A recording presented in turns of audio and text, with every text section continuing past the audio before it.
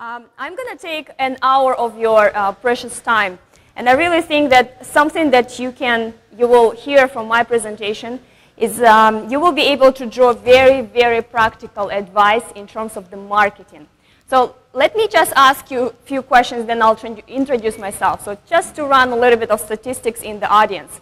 Could you please raise your hands if you've been in a business for less than a year? Okay. From less than 3 years, a year to 3. Okay, perfect. So we are on the same page with me because I've been in business for less than 3 years. And I'm currently have associate broker's license with Coldwell Banker Miami Beach office. So, and of course, I assume more than 3 years. More than 3 years. The rest? Perfect. Perfect. Okay. Every time I start a class, I kind of introduce myself that my name is Irina, which is a Russian name. So except by the accent, you'll probably not guess by the looks where I'm coming from. So originally, I'm from Russia. I'm a mix of Russian and Korean, and I happen to speak, luckily, 2 languages. So let me run a second question in the audience. Do you guys speak any other language? Oh, okay. All right.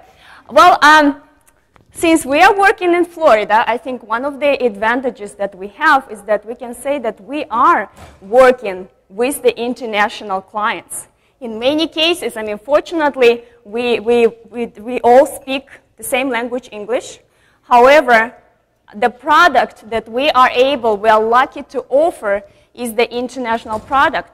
So not only we can market ourselves 24/7, meaning that we're not living somewhere in a very small community, in small markets, where we just market to ourselves, but we have the best product. From my Russian clients, I get all the comments. I have clients who are saying, for example, Miami is the best place to live, to play, and to live, right? So having this advantage of the location and the advantage of the product that we can represent, I think creates a lot of opportunities compared to any other real estate professionals living in any other state, okay? So a little bit of personal story. I started in business, as I mentioned, less than 3 years ago. And the way how things happen is that when I moved to Miami, I had 2 choices. Either to continue my corporate marketing career, which I had successfully. I've been actually a regional marketing manager for 2 American brands, Pizza Hut and KFC. So I've been working and starting those 2 brands, launching the brands in Russia, in Russian-speaking countries. So this was a very quite interesting experience, but it happened to be that I moved to Miami, and I said, well, what I'm going to do, should I continue with the corporate ladder and try to see whether I'll find that as my lifetime opportunity. But my husband is in a related industry. He's an appraiser. So he said, why don't you try real estate? And I said, okay, fine. So let me try. I mean, new country, new place, new life. So I started in real estate, got my license quickly. And the first 3 months, I was coming home and I was saying, honey, this is the worst thing that ever somebody with education can do. And unfortunately, I was very disappointed, really disappointed with different things. And I'm sure those people who recently started business, they are confused, at least for the first 3 months. So once I came home and I said, you know, honey, something is wrong about it. Something is wrong. I don't understand. I have education and it doesn't help me at all. And so his answer was, you cannot imagine that you are in the best business ever, at the best times ever. And I said, well, honey, if this is so easy to do, why don't you do it? And he's like, because I don't speak Russian, okay? So we sat down and we decided to put our brains together and develop our strategy. So the way how, in my specific case, I was able to break through is that I was able to put all my marketing experience, and we developed the strategy to focus on reaching out, marketing ourselves to affluent Russian-speaking clients. I mean, in this case, primarily buyers. So what happened is that in less than 2 years, we were able to make it, to break through into the business by identifying a very specific niche, knowing exactly what marketing activities we're going to do, having a plan, and having a budget. Okay? So you cannot expect in any business to generate any return if you don't have marketing expense. Do you agree with this? Yeah. Okay. So before we start the presentation, actually, the content of the presentation in terms of how you plan your strategy, how you build your marketing campaigns, let's just do a little bit of the math, a little math exercise. On average, in any business, in order to, especially, when you start a business, you're actually supposed to be prepared to spend more on marketing, correct? But let's make it the most pessimistic approach. Let's take the most pessimistic approach. So assume that you want to generate, I'll just take a good round number, 100,000 net commission. Okay? So this is what is going to be reported on your tax return. Okay? This is the magic number. So in any business, you are expected to spend anywhere from 10% to 25% on your marketing. And I do not want to call marketing expenses, let's call it marketing investments, right? So let's run the numbers. So what is 10% of 100,000? It's 10,000, right? 10,000 divided by 12 months, it's 900 plus, right? When you think that you can spend $900 plus per month on your marketing, it does sound as a good money to spend, right? Especially if you know exactly what you are doing, especially if you have strategy, especially if you have developed a plan how you're going to integrate as those expenses as campaign. At the same time, you have a choice. You can either, guys, you have 10,000 bucks. You can stretch them evenly, right? Let's say you will engage yourself into advertisement online, right? You can stretch it evenly throughout 12 months, or what we did, we invested in, like, let's say I have only 10,000, I would spend all my 10,000 on a very solid, great websites. And on average, great website will cost you anywhere from 5,000 plus. So why not, for example, create a good, solid website, which is going to be your department store, and then several landing pages. Do you guys familiar with what landing pages are? Yeah. I'll give you a little bit of a, I would like to have some interaction. So if you have a question, please just don't hesitate to say, this is the first time I hear it. So the website that you want to establish, the website as your real estate company or your personal brand, in my case, my website is called miamiforrussian.com. because that's the niche that we tried to corner. And we bought all possible names and domains, misspelled, misinterpreted. So we have miamiforrussian.com, miamiforrussians.com, miamiforrussian.ru, which is the Russian extension, and etc. So you want to corner the combination of the key search words associated with your target market. And guys, the tip number one, always buy your personal name domain if that one is still available. Like I would do it right now, seriously. It's yes. Yeah, but still .com is going to be primarily the best type of the names. So try to get your personal name. Like in my case, it would be irinakimsang.com. I bought the name. It could be irinasang.com. But this is something that is worth investing $14, right?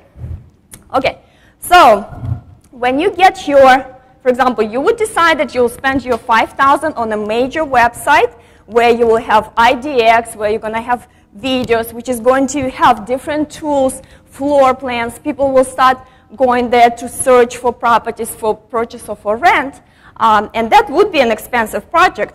However, let's say, in my case, it's a website in two languages, Russian and English, But let's say time changes, like right now, you know, the political situation is different, etc. And you want to, I mean, if something stops due to the reasons which you cannot control, you still have to have certain sources of business, right? So in my case, we have another source that we are developing right now, which is focusing on the contemporary, Miami contemporary architecture. So it's a totally different market, totally different product, but it's a very defined type of the product, so that when people, something's wrong? Huh? You cannot hear? No. Mm. Because of the flooding in here, we need to break a little bit early. Oh, okay. No, I didn't. No, what time? Like just after 3. Oh, wow. Okay. I'm sorry. We have to break up a little bit early because of the flood. Flood? Yeah. Yeah. So let me run quickly. All right. Keep going. Oh yes, keep going. But guys, don't move. We're okay. All right. So since you have a different product, you can create a smaller version of your website, which will not have all the features, which will not cost you which will not cost you $5,000. Or another alternative. Listen.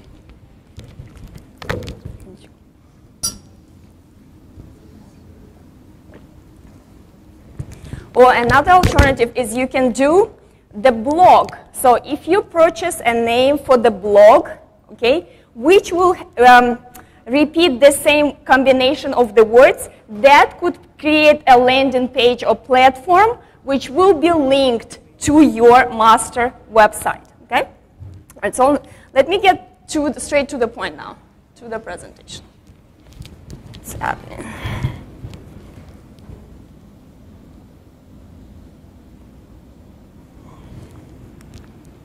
All right. Okay, so I have divided my presentation into major 8 parts. So let's go straight to the topic. All right. The first thing, guys, when I started to think, okay, I'm now an owner of my own real estate company, right? That's how we are setting our mind, right? But what is the role? What is the primary role you have to play? And I really think that being caught up with the operations and the logistics of the transaction, simple things as returning calls, following up, sending that email where the key is hidden under the mat, whatever little things are, we are really consumed by very, very minor type of the tasks. But what happens is that by the end of the day, you're like, okay, fine, I solved this issue, the transaction was closed, but did you actually generate any leads? So the task that was given for you as a marketer, you have to switch your hats. You have to think, okay, I am a marketer, I'm the operations manager, I'm the logistics, I'm the production, I'm the finance guy. So switching those roles really makes sense because you have to devote special time to marketing activities. Because if you do not have any leads, of course, you don't have any business. And if you have poor leads, you just don't have any chances to choose what you want to service. Go ahead till 3:30. Oh, yes. Go till 3:30, and then we'll break from this. And then we run. No, we're fine. We're going to go to 3:30 here, and then they're going to serve some refreshments, I think, out here. And then the bar camp, we're going to not do it in this room. We're just going to do it in the other room. That's it. But 3:30, we're going to do a full session here. Okay. Okay, no, it's okay. Thank you so much. All right. So, guys, the first role as a marketer now that you will assume is that imagine that in today's age, you are managing your online store, okay? This is your first profession that you kind of have to grasp. You are a manager of your online store. Of course, your online store is your website. Could you please raise your hands if you do have already a website? Okay, perfect. I really would like to point out very critical point. In our case, we were able in 3 months to put our website into the first position search when you search Russian realtor, for example, it will come up #1. And I'll tell you how we did it. We did it ourselves. When the question came up, are we going to pay for specialized service to do our search engine optimization? The answer from my husband was, you know, where is the guarantee that we'll get to the first positions? So let's just try to do it ourselves. So the way how it works is very simple. You have your website. The first thing that you need to ask your website developer is that you have to have an access to the backstage of the website. The reason for that is, imagine that any real estate website has at least 200 pages. Why? Because you have at least several types of properties, several locations, areas, neighborhoods, etc., communities. So you have a huge, huge book, and each page of your book, which is your website, can be optimized and can be thrown out there to the universe to be found. It's not like you have a company it's not like any company that you have which will have a page about us, about the products, about this and that. You have so many pages in your website that each can become potentially searchable. So if you have an access to your backstage of your website, you can personally customize 3 areas. #1 is headline. #2, description of the page.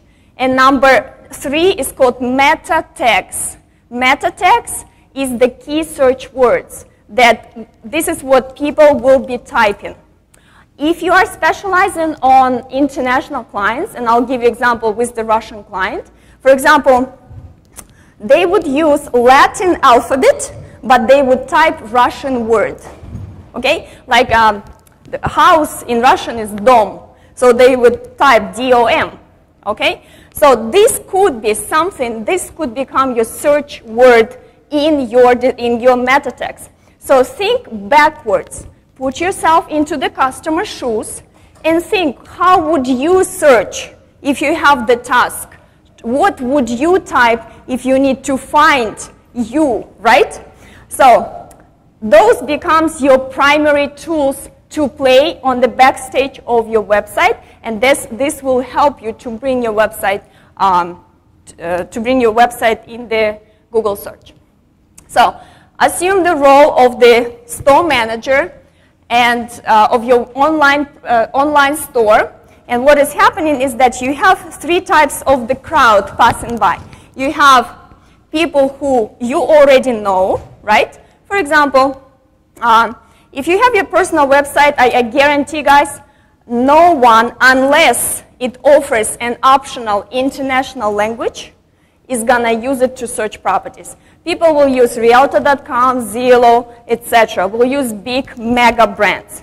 They will not use your personal site. It just will not have that capacity and convenience of search. So your website, if you are focusing only on the local clients, your website is needed for 2 reasons. #1, to show the level of your professional development, that you have committed to a real business. So you need to have a store, #1. And #2, if you will position your site for a very specialized niche, for a very specialized clientele. Example, let's say in specific areas that you may be working, your primary target is gated communities. So if you would specialize and your search words would be gated communities in Key West, I don't know whether there are gated communities. No? 2? Okay. But I'm just saying that whatever narrow, specific, right, people might be interested to search, that could become your primary packaging. That could become the key combination of the words that people, if you think that people would be interested to search, to go after those words, okay? The second group that is going to pass by is definitely people who have already visited your store. So your website becomes a good source for information. Therefore, again, especially if you think there is a potential to generate international clients, you have to have additional resources. For example, in my case, it could be certain articles, right, about immigration, right? So there could be, and if they are directed for international clients, they should be translated. So if you are working primarily, let's say, with French-speaking clients, that would be a great idea. You could actually be the only website with those documents translated. So if people found you, they would probably most likely return to you for more resources. If you are not working with international clients, I mean, we know such tools as information about schools, about entertainment, different things about lifestyle, they would be helpful for the store, for your personal online store, be more valuable to the customer. And the third group is people that you don't know, of course. They are the window shoppers. So they may stop, they may pass, they can search through your website. However, you also have to capture them.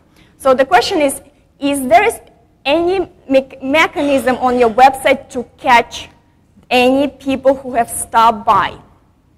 One thing that I don't recommend is definitely don't insist to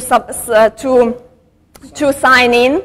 No one is going to do it. They will leave immediately. They will close the window.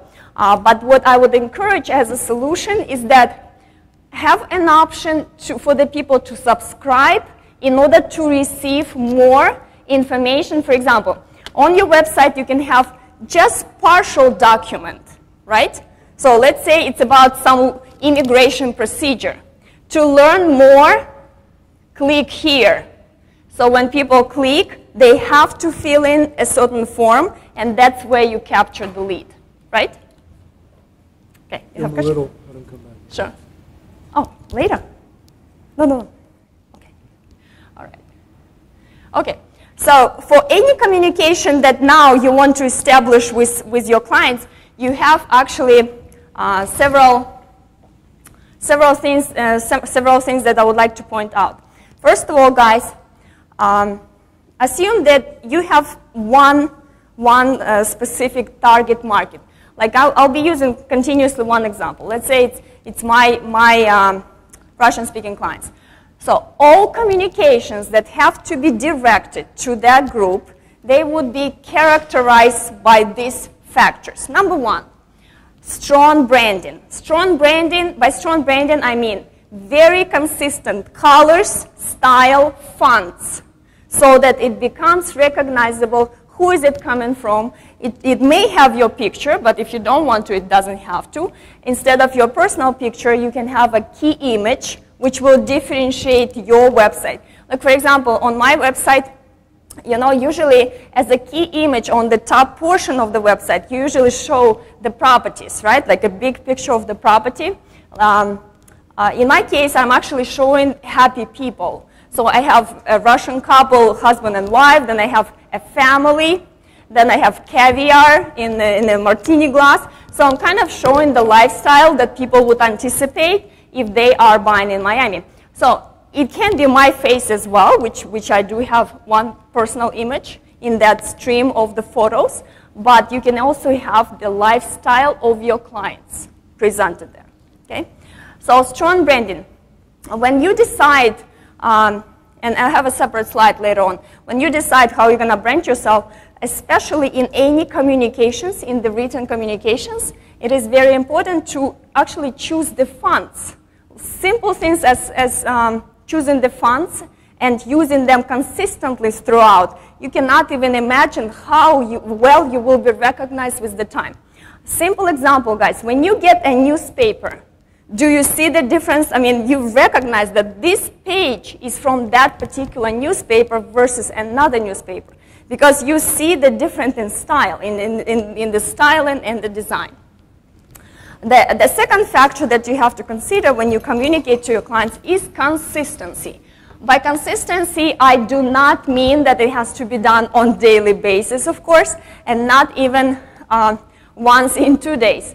Consistently means if you do it every Monday, it has to be every Monday. If you do it once a month, first week of the month, it has to repeat.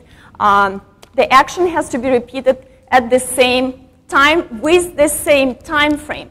meaning that people will start anticipating, okay, anticipating something to come. Otherwise, if there is no system, there is no anticipation, okay? As you can see, number 3 is anticipation. I'm a strong believer of the marketing when you are thinking when you're thinking of a message, and this is how most political campaigns are organized and set up and designed, is that let's say you're designing 12 months calendar, right? What you're gonna communicate to your clients. Let's say, in my case, for this year, I decided to bring a line that stop buying your luxury condos, invest in commercial. Let's say this is my message for the year.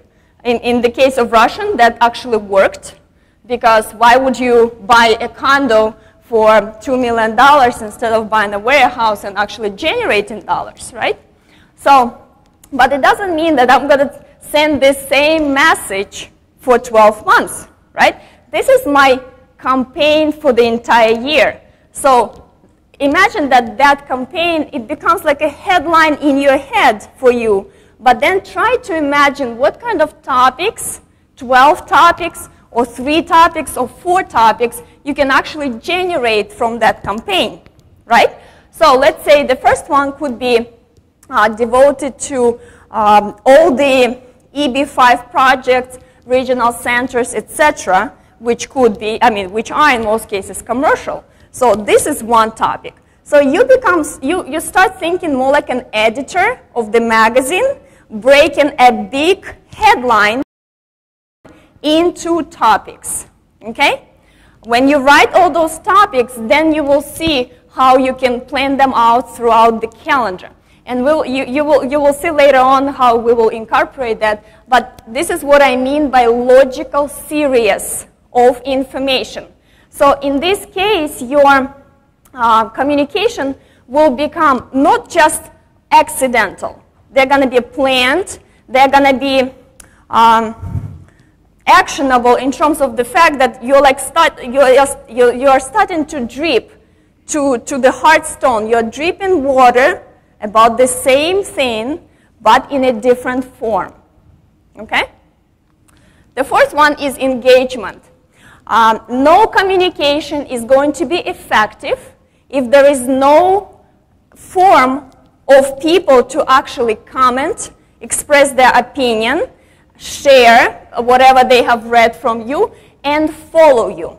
So anything that you do, whether through your website, whether through your Facebook page, any social media channel, your video, always make sure that there is an opportunity for the reader, for the viewer to give you feedback, either to subscribe, to share, to comment. Okay? And finally, call for action. There is very slight chance if you advertise something, right? Let's say you're advertising shoes or a drink or whatever.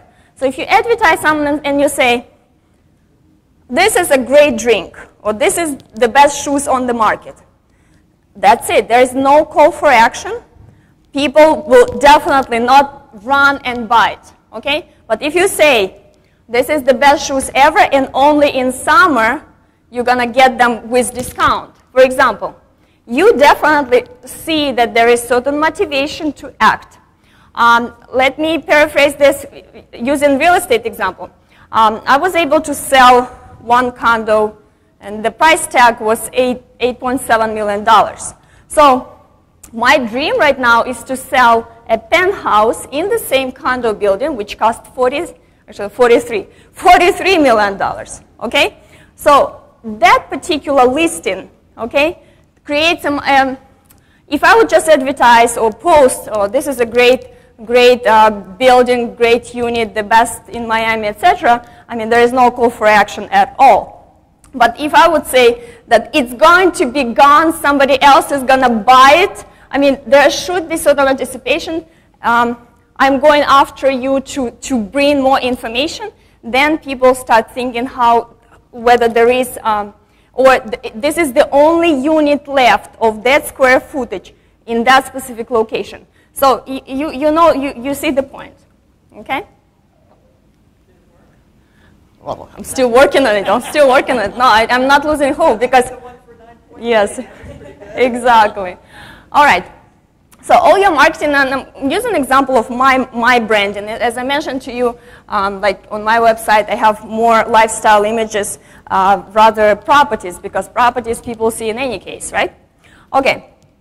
So the starting point for you guys to think, what is my personal brand DNA? What you stand for? So usually you would do this work either by yourself or using a professional. In other words, you can actually ask for help of the designer.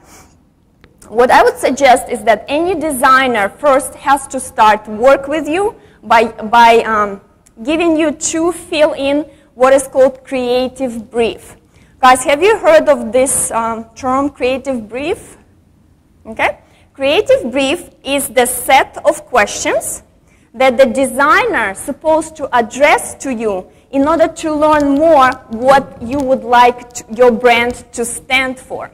So it actually covers anywhere from the name, and examples could be, in my case, my brand is MiamiForRussian.com. It's a fictitious name. Or your brand can be based on your individual's name, right? It could be IrinaKimSang.com. Realtor or Miami Realtor, or you can have another name, gatedcommunities.com. That could be your brand. So you have to tell the designer, explaining what is the target market for that brand. Are you positioning it for the luxury market or not? What is the price point that you are going of the properties that would appeal within that brand? What are the colors you think should play out? What would be the positioning of your brand, the image that you would like to establish, the main message of the brand.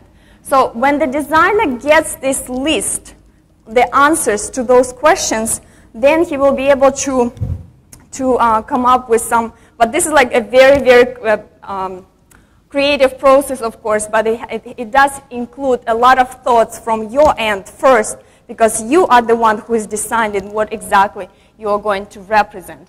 So everything matters, starting from color, the meaning of the colors, interpretation of it. And as a result, when you have your branding completed, you have what is called brand book, or your identity, your packaging. So now your task is to continue to reinforce and stay consistent with your branding. So like I'm just giving an example, like throughout different media, you're going to repeat your image so that it's very, very recognizable.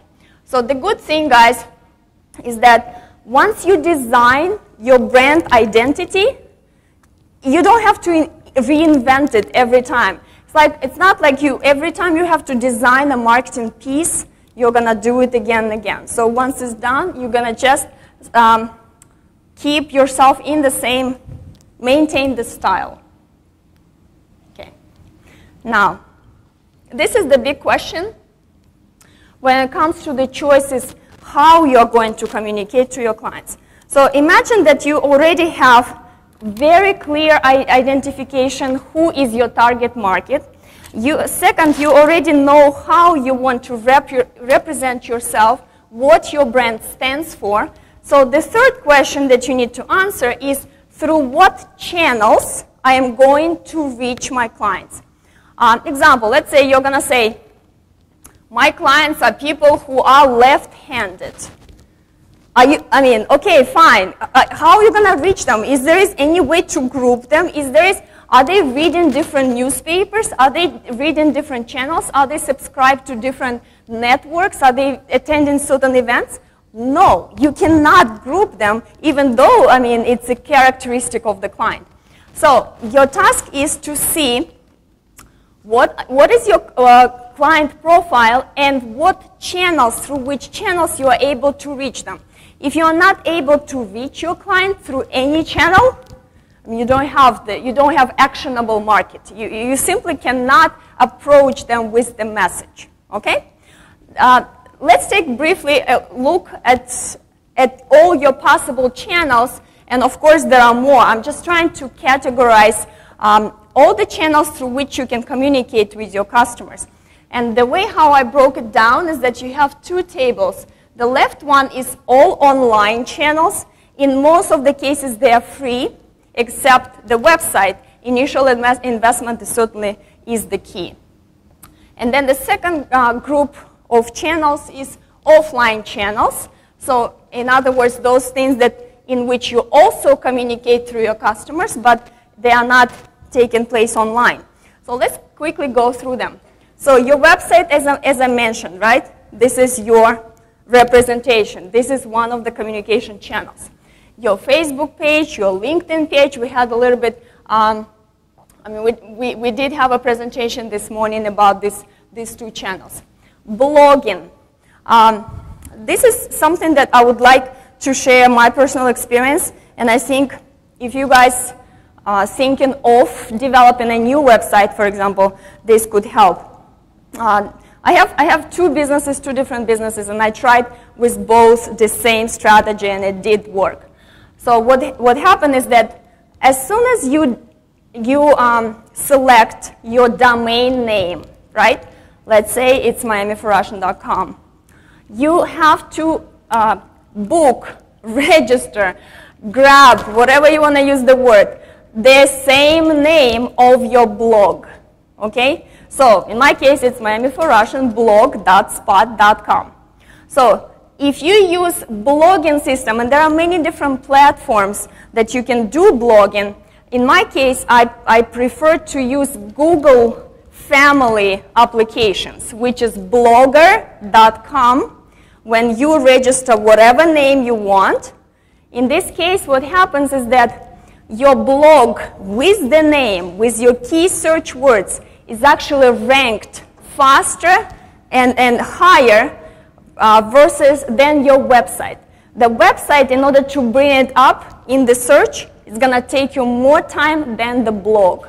And then once you start blogging, you actually will be linking certain things from your blog to your website.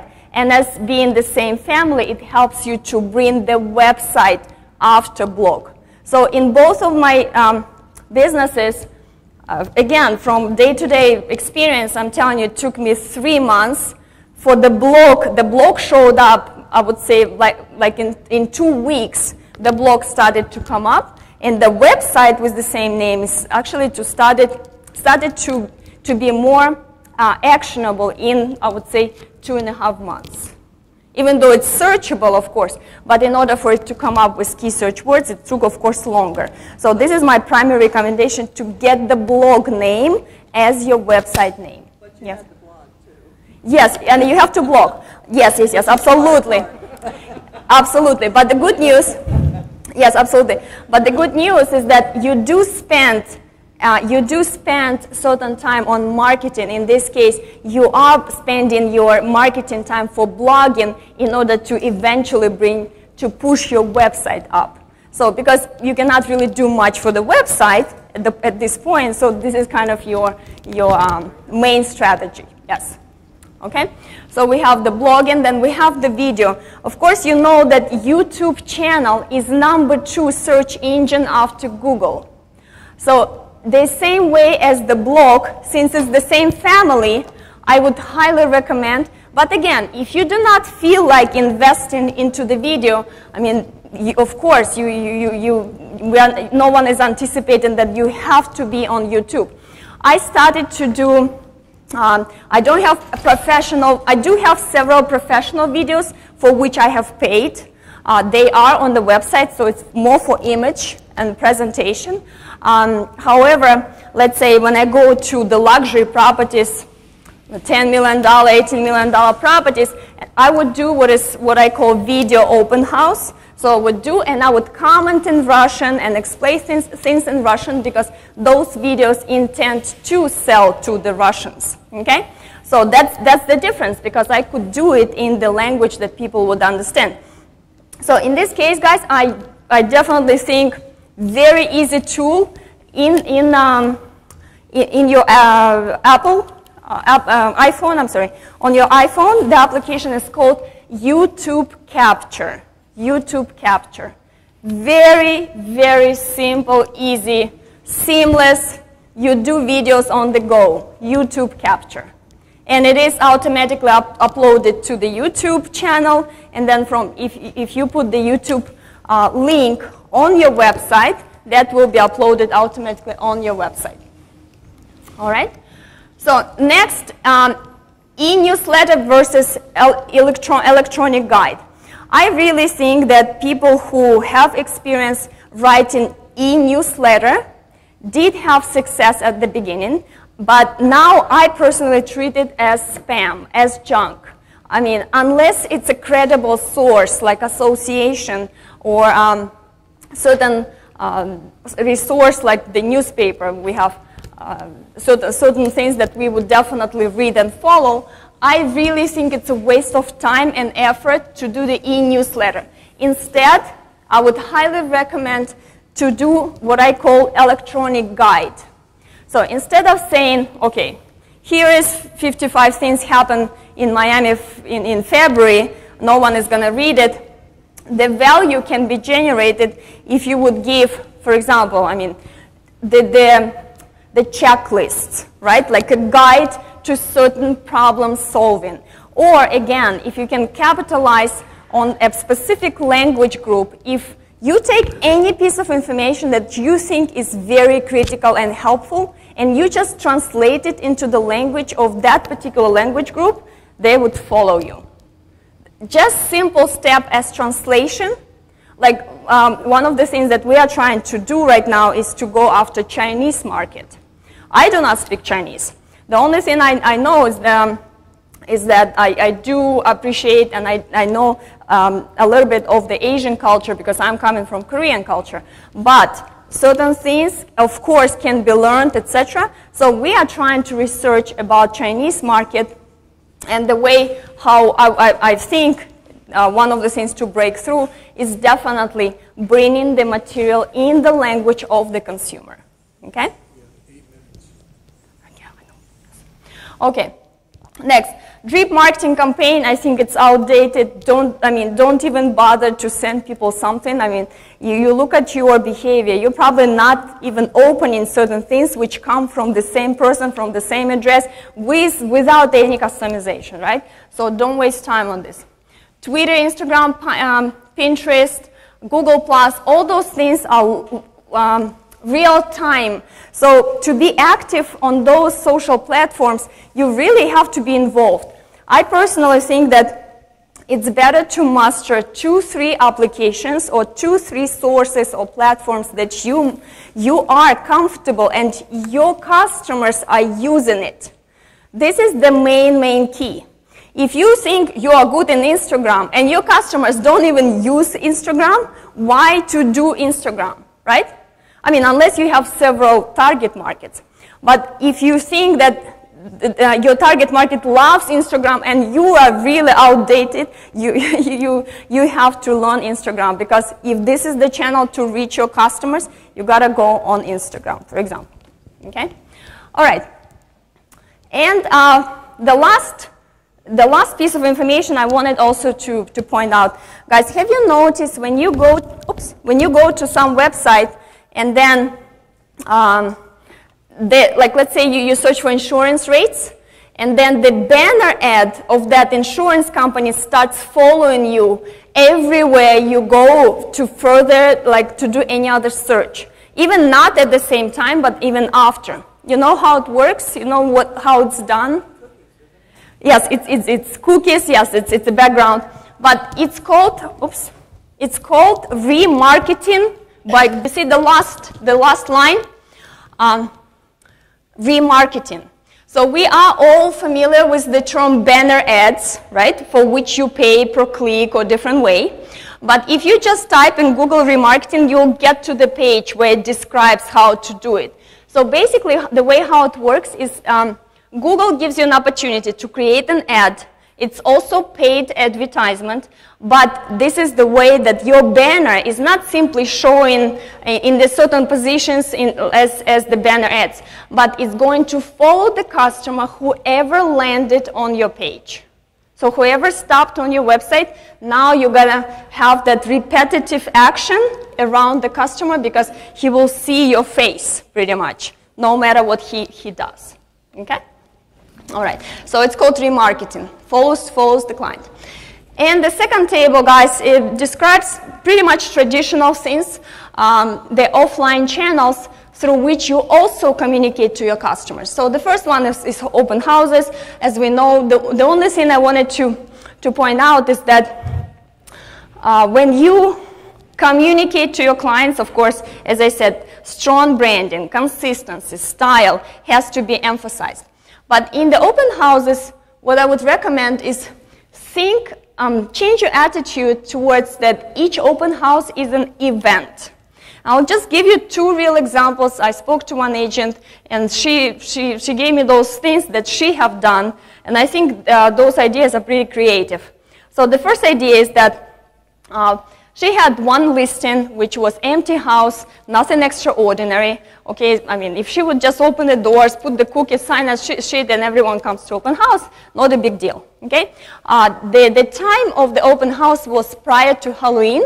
So what she did is she bought skeletons, like in Michael's, and put them in the closets because the property was empty. She put them in the closets, and people were coming, opening the doors, skeleton, skeleton, skeleton. The last one, they opened, and there was a last skeleton and a big sign. It said, "Stop looking for skeletons, just buy this house. It doesn't have anything." So something like this, of this nature. She had very she customized invitation for the neighbors, theme related, so it was really approached as an event. So what happened afterwards is that she got many calls from the community because people appreciated going extra mile with simple open house day. And one more example, the same agent did for Christmas. So her limitation or her challenge was that she could not put the exterior signage. So she could not put open house day in the gated community. So what she did is she bought the roll of paper, and she wrote as if a child handwritten a note to Santa Claus. So she wrote, "Dear Santa, please help my parents to sell this house." And she put this banner outside from the second floor, out of the balcony or whatever. So she overcame the limitation, right? Constraint that she couldn't really advertise anything. She couldn't put any signage, so she had the sign. She did invite the neighbors through the Christmas, because it was prior to Christmas cards. She put cookies next to chimney or whatever. So she had created, again, environment, experience. And this, I think this is another example of creative communication. So think of the communication as your major stream. Like, how would you communicate the message? It's not just an open house. It's a communication technique. Okay? The next one is community involvement, sponsorships. Industry involvement, as we have discussed. And last thing that I would like to stop your attention on is the general networking. Oh, wow, timing. The general networking, okay, this is my actually favorite thing. If you ask me what generates business in my case, I would list three major activities. Number one is the website. Number two is professional networking. Okay, like for example, guys, one of the reasons why I am on the board, because I'm also YPN, is that if somebody will ask, do you guys have your, what is called 10-minute elevator pitch? If I ask you, what are you doing? What do you do for a living? My answer would be, I'm a real estate professional servicing affluent Russian buyers. That's it. I mean, very clear. So if anyone ever will have the client, for some reason, right, who has that type of the Russian client simply, they would most likely refer the client to me. So I would say that most of my business actually came through referrals. Not the website would generate the clients who are coming from Russia, but the people who, the biggest deals, for example, a friend working in Mercedes-Benz, okay, he may call me, and instead of saying, "Hi, I'm a real estate agent," right? So my friend who is in the dealership, right, he would call me and he would say, No, I mean, the client comes and he sees that he has communication problem, right? So he says, oh, you know, I have a friend who speaks the language. So he calls me and he says, hi, Irina, can you help to translate? And so, okay, fine. So I'm translating the communication, and how can I help you? Hi, my name is Irina. How can I help you? So I now know everything about Mercedes, Porsche, boats, helicopters, etc. So I would help, and then at the end I would just say, please, if you have any questions, just keep my number just in case. And then that friend in Mercedes-Benz, he's going to give my card. Of course, my card has my position. It says that I'm a real estate agent. But it's not like I pitched anything, any sale during that conversation. As we know, first you give, then you get. And I will conclude with the general. Yeah. Number one, yeah. So website networking, the professional networking. And number three, yes, the networking in general. This is the biggest generator of the leads.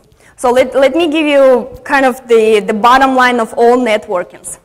I think the biggest goal of any network is, instead of, guys, going for a network, let's say like right now, this is a network opportunity, right? Do your homework first, okay?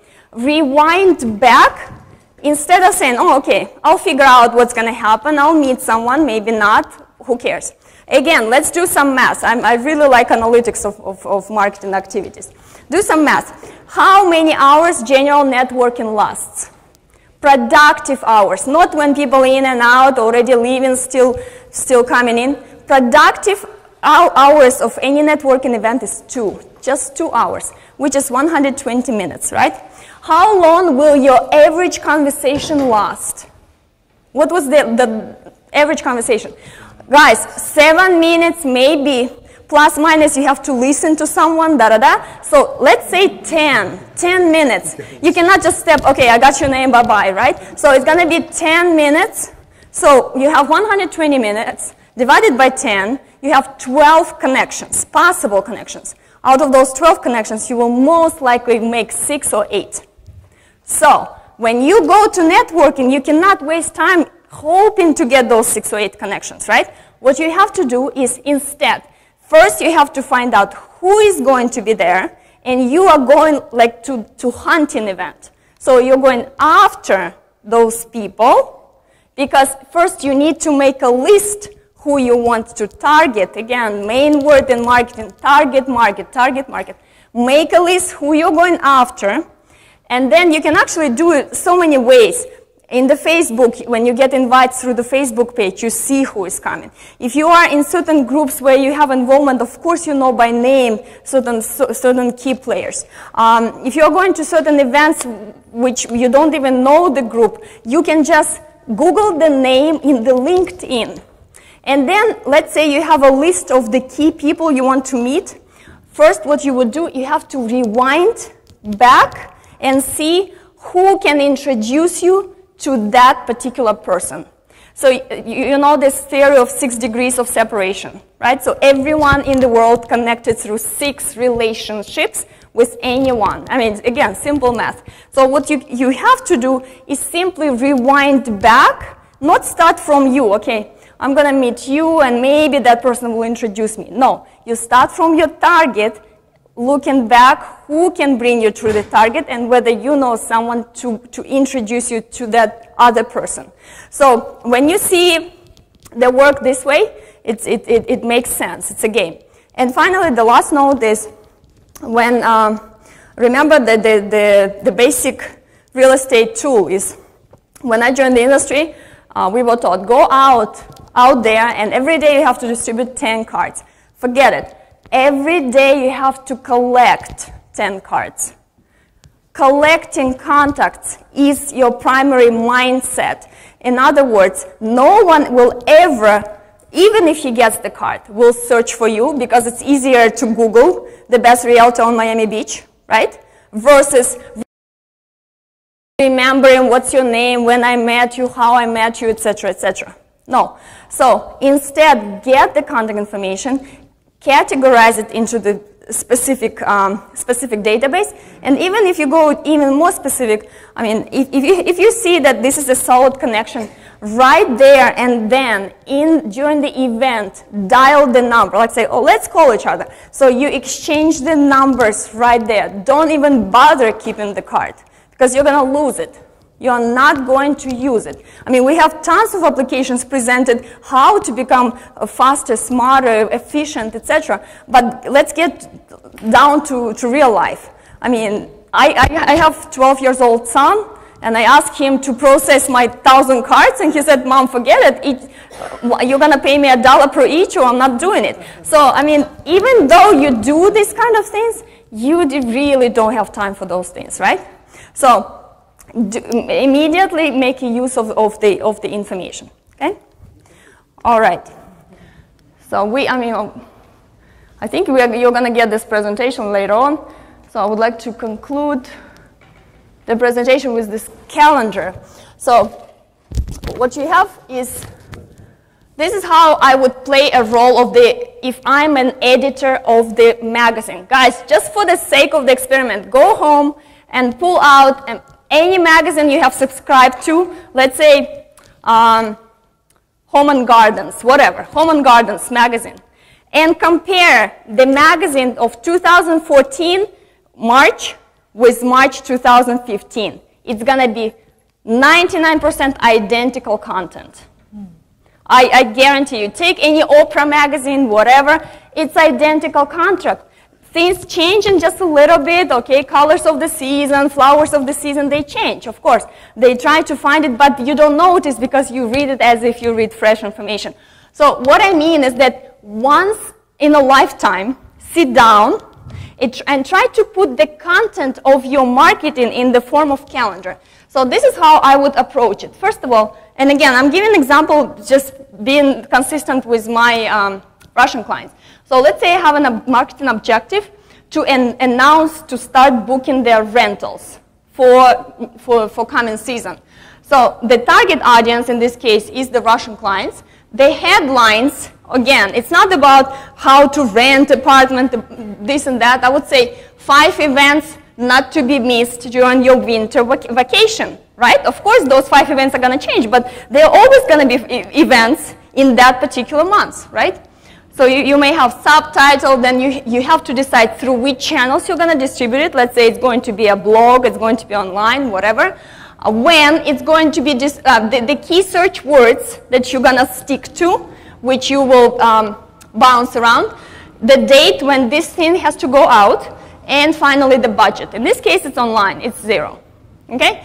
So you can start with just think of the 12 months as 12 messages to your target audience, as I said at the beginning, and try to see if you can break them into smaller sections, okay? So this is how you can start planning your marketing and become more proactive than reactive. Thank you so much. Nice job. Thanks. I hope you.